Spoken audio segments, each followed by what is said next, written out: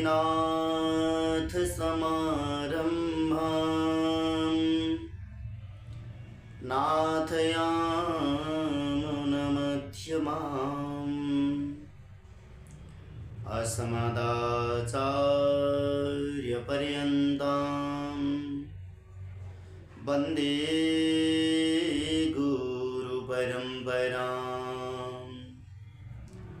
यो नित्यमच्युतपदाम्बुजयोगमरुक्मा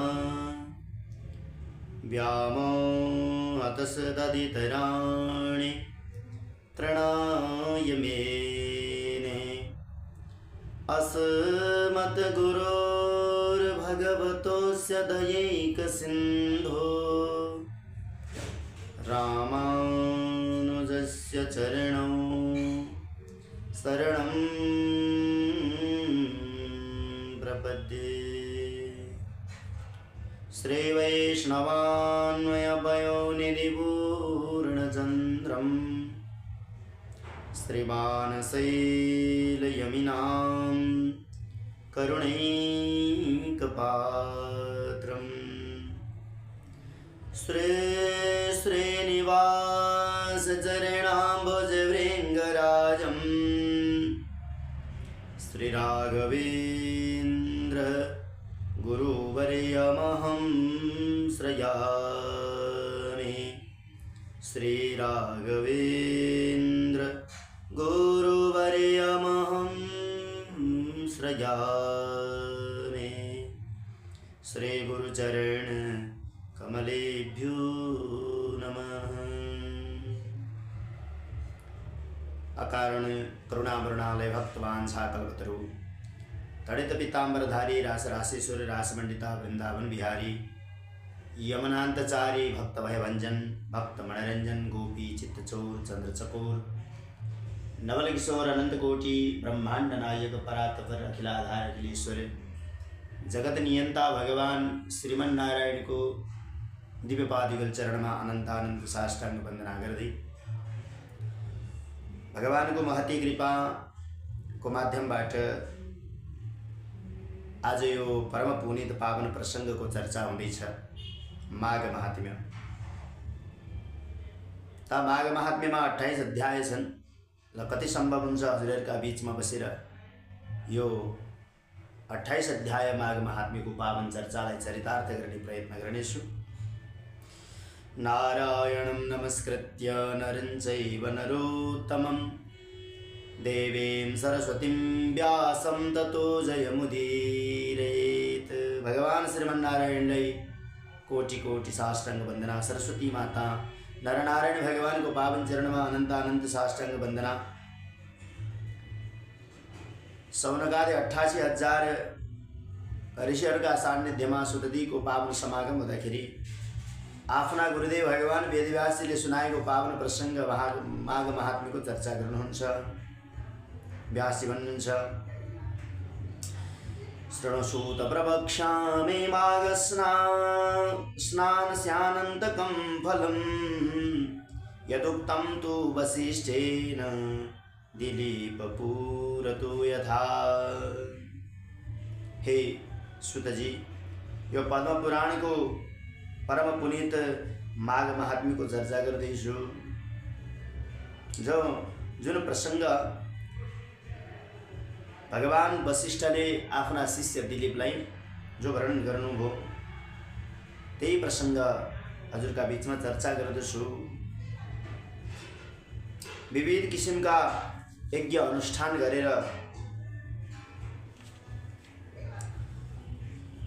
अपवृत स्नान गरिसकेपछि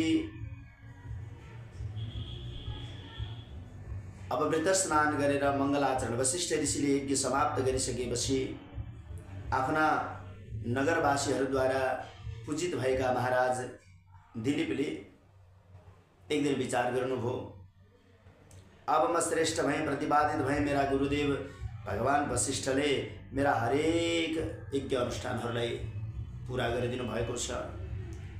आज विविध यज्ञानुष्ठान गरेर अपवृत स्नान भनेको यज्ञको अन्तिम स्नान पनि सम्पन्न भइसकेको छ।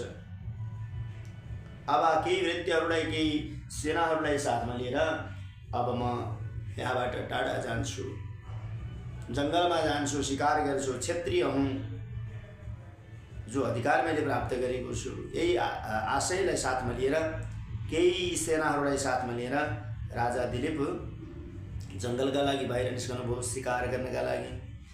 दिलीपो बुबुजाम श्रेष्ठो मृगया रसिको वृषम कोलाहल समाविष्ट आखेटे व्यूह संस्थितः। आखेटे व्यूह संस्थितः, व्यूह भनेका समूहलाई साथमा लिएर आखेटका लागि तयारी हुनुभयो। किनकि राजा मृगया रसिकः, मृग वध गर्नका लागि, मृगयाग गर्नका लागि रसिक हुनुहुन्थ्यो, इच्छुक हुनुहुन्थ्यो, लालायित हुनुहुन्थ्यो, जसमा जसको रुचि छ। दिलीप राजा यहाँबाट जङ्गलतर्फ प्रस्थान गर्नुभयो। सेनाहरू साथमा छन्। जङ्गलको यात्राभित्र जब जङ्गलभित्र प्रवेश गर्नुभयो, अनेक प्रकारका डरलाग्दा जीवहरू जङ्गलमा भौँतारिएका छन्। कहीँ उल्लुहरू आवाज गर्दछन्, कहीँ स्यालहरू हुँ हुँ गरेर आफ्नो गतिमा कराउँदछन्। मुदा क्रीडति सार्धं कुञ्जे सुमृगयान् मृगम् अन्यतामेष मृगो वेगात् पलायते। त्यो भारी समूहमा जानुहुन्छ, अनेक प्रकारका जङ्गली जीवहरूलाई देखिसकेपछि परबाट एउटा मृग दौडेर आएको देख्नुहुन्छ।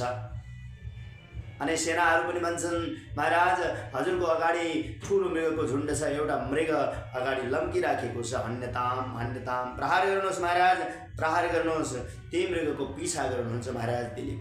पिछा गर्दै गर्दै गर्दै गर्दै निकै पर पुग्नुहुन्छ। जङ्गलका अनेक प्रकारका रमणीय दृश्यहरू हेर्दै अगाडि बढ्नुहुन्छ। अनेक प्रकारका वृक्षहरू छन्, अनेक प्रकारका वृक्षमा अनेक प्रकारका फलहरू लागेका छन्। कहीँ ठुला ठुला जङ्गली जीवहरू, बाघहरू मर्र गर्दै आवाज गर्दछन्, कहीँ भालुहरू आवाज गर्दै हिँड्दछन्, कहीँ सियारहरू, कहीँ चराचुरुङ्गीहरू चिरिबिनाउँछन्, कहीँ बाँदरको बथान छ। यस्तो प्रकारको जङ्गलमा अनेक प्रकारको त्यो जङ्गलको शोभा हेर्दै महाराज दिलीप अगाडि बढ्नुहुन्छ। कहीँ जाँदाखेरि यस्तो लाग्छ, आहा बास्नादार जङ्गली पुष्पहरू फुलेका छन्। अनेक प्रकारका रङ्गी बिरङ्गी पुष्पहरू चम्केको देखिन्छ। कहीँ कहीँ यस्ता पुष्पहरू छन् जहाँ सरोवरमा खिलेको कमल, नीलकमल, मरकत मणिको जस्तो शोभा पाइराखेका वृक्षहरू देखिन्छन्। यी सबै अनेक प्रकारका तरह तरहका परम सुन्दर परम आनन्दको दृश्यलाई हेर्दै हेर्दै राजा अगाडि बढ्नुहुन्छ। मृग अगाडि दौडिँदैछ। त्यतिकैमा राजाले हातमा हतियार लिएका छन्। विशाल काया छ, नीलो पगडी बाँधेका छन्, हातमा अत्यन्त ठुलो भयङ्कर बाण लिएको छ। पछाडिपट्टि तोडेरमा बाणहरू छन्, बाण निकालेर प्रत्यञ्चा चढाउँछन्। लामा लामा नखहरू छन्, अत्यन्त डरलाग्दो लाग्छ कि बाघका डङ्ग्रा हुन् कि जस्तो लाग्छ। त्यस्तो किसिमको राजाको स्वरूप छ। कदाचित गगनारूढ कदाचित भूमिगो मृग नराणां लक्ष्यतां याति धन्विनां मृगगामिनां। मृग पनि अत्यन्त दौडेको छ बेगले। त्यो मृग जब दौडिन्छ नि, छलाङ लगाउँछ, उछाल लिँदै, त राजाको बाणको निशाना लाग्दैन। कहिले उफ्रेको छ, गगन भनेको आकाशतर्फ प्रविष्ट हुन्छ, यस्तो अनुभव हुन्छ। कदाचित भूमिगो मृग, कहिले भूमिमा लटपट्टिएको जस्तो लाग्छ, कहिले उडेर गगनतर्फ गएको जस्तो लाग्छ। नराणां लक्ष्यतां याति, अब त्यो कहाँनिर लक्ष्य गर्ने राजा बडा दोधार हुनुहुन्छ। क्वचित् दृष्टिपथं याति दर्शना गोचर क्वचित् दूराद् दूरतरं गत्वा देशात् देशं च निर्जनं। हिँड्दा हिँड्दै यति टाढा आइसक्नुभयो। एउटा जङ्गलबाट भौँतारिँदै अर्को जङ्गलमा, अर्को जङ्गलबाट भौँतारिँदै अर्को जङ्गलमा। अत्यन्त थकाइ लागेको छ। त्यो मृगको पिछा गर्दा गर्दा भाग्दा भाग्दा भाग्दा भोक प्यासले व्याकुल बनाएको छ, तिर्खाले व्याकुल बनाएको छ। अब यो शरीरमा भएको थकानलाई मैले सहन गर्न सक्ने क्षमता छैन। खलखल पसिना आएको छ। हातबाट त्यो उठाएको बाण खस्ने अवस्था आइसक्यो। अब के गर्ने होला? अत्यन्त खिन्न भएर श्रान्तः पति भूमिपति राजा दिलीप अत्यन्त थकैले ग्रसित हुनुभयो। अतीत दीर्घ मार्गोसो त्रिशार्थो मध्यगिरवौ। यसो हेर्नुभएको भगवान् सूर्यनारायण पनि मध्याह्नबाट घर्केर अस्ताचलतर्फ प्रस्थान गर्दै हुनुहुन्छ। चर्को घाम चर्केको छ, परिश्रमले व्याकुल बनाएको छ। अब के गर्ने? पानीको तलाउ खोज्नुहुन्छ। खोज्दै खोज्दै खोज्दै अगाडि बढ्दै जाँदा एउटा विशाल सरोवर राजाले देख्नुहुन्छ।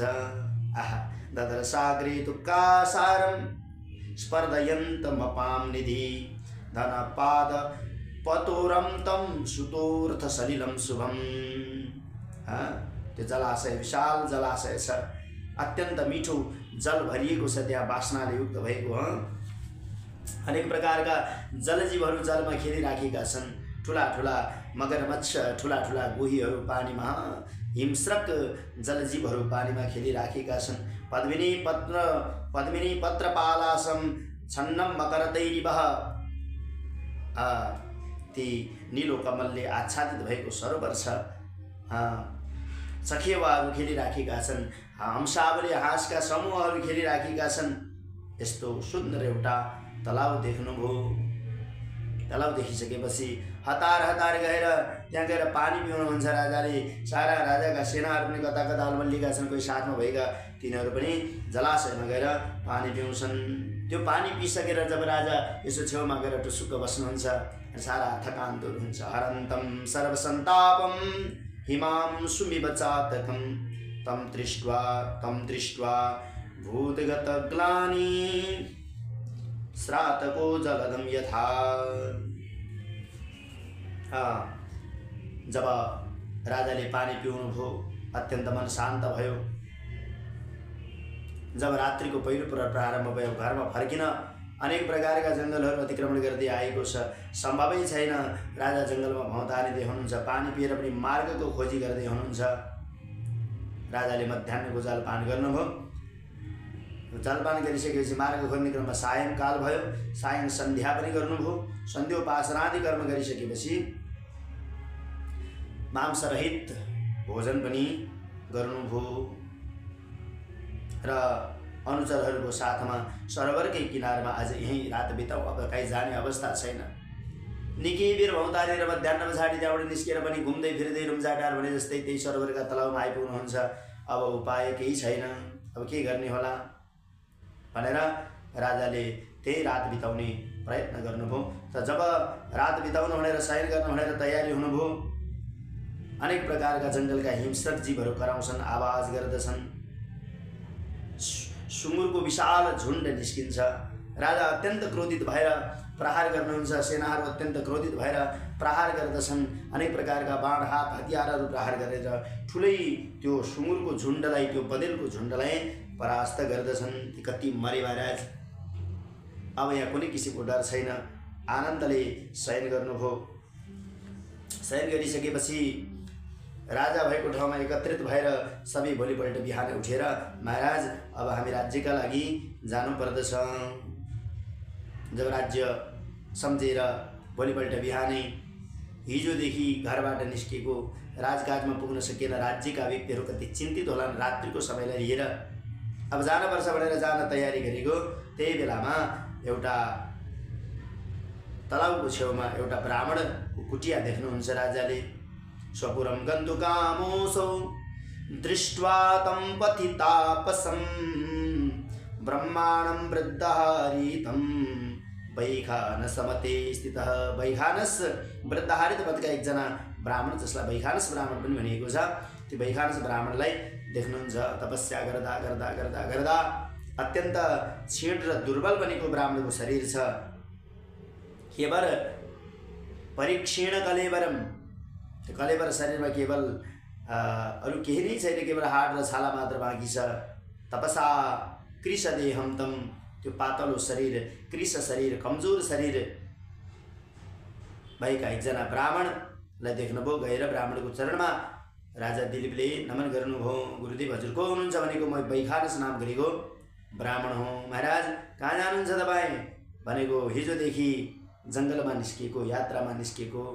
खै राज्यका व्यक्तिहरू बहुत चिन्तित छन् होला। शिकारका लागि, मृग शिकार गर्न मलाई अत्यन्त प्रिय लाग्छ, त्यसैले मृग यागको लागि, मृग शिकारको लागि आएको थिएँ। गुरुदेव अब फर्किने तयारी गर्दैछु। भनेपछि ती ब्राह्मण भन्दछन् उवाच श्रेयसे हेतु परोपकृत वाञ्छया किमर्थं गम्यते काले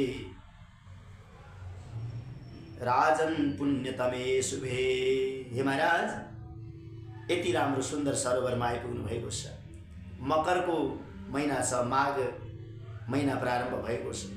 यस्तो बेलामा त टाढा टाढाबाट यो सरोवरमा स्नान गर्न भक्तजनहरू आउँदछन्, भगवानका प्रियजनहरू आउँदछन्। तपाईँ यहाँ आइसकेको बेलामा पनि तपाईँ फर्केर जानुहुन्छ। माघ महिना छ महाराज, स्नान गर्नुहोस्। माघे मासे विहायेमं प्रातः स्नानम सरोवरे। बिहानको समय छ, यो सरोवरमा स्नान नगरी तपाईँ फर्कन लाग्नुभयो। महाराज, दुःखको कुरा तपाईँले बुझ्नु भएन।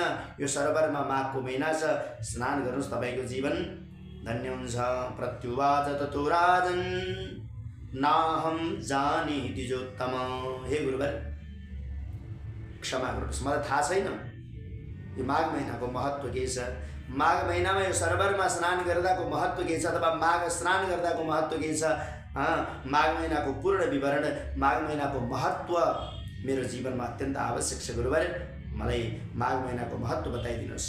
प्रत्युवाच ततो राजा नाहं जाने द्विजोत्तम माघ स्नान फलं कीदृक् तन्मे कथय विस्तरात्। गुरुवर, अब मलाई विस्तारपूर्वक माघ महिनाको महत्त्व बताइदिनुहोस् भनेर राजा दिलीपले सोध्नुभयो।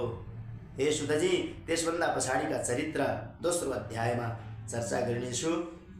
यो पद्मपुराणबाट लिएको माघ महात्म्यको पहिलो अध्यायको प्रसङ्गमा वैखानस ब्राह्मण र राजा दिलीपको भेटघाट हुँदा वैखानस ब्राह्मणले माघ महात्म्यको महत्त्व बताउनु भएको छ। यो महत्त्वको चर्चा हामी अघिल्लो अध्यायमा गर्नेछौँ। हरे नमः। श्री कृष्ण गोविन्द हरे मुरारी। हे नाथ नारायण वासुदेव अनंत वैकुंठ मुकुंद कृष्ण गोविंद दामोदर माधवेति। कृष्णाय वासुदेवाय हरे परमात्मने प्रणतक्लेशनाशाय गोविंदाय नमो नमः। समादरणीय सज्जन, माघ महात्म्यको कथा, जसले माघ स्नान गर्दा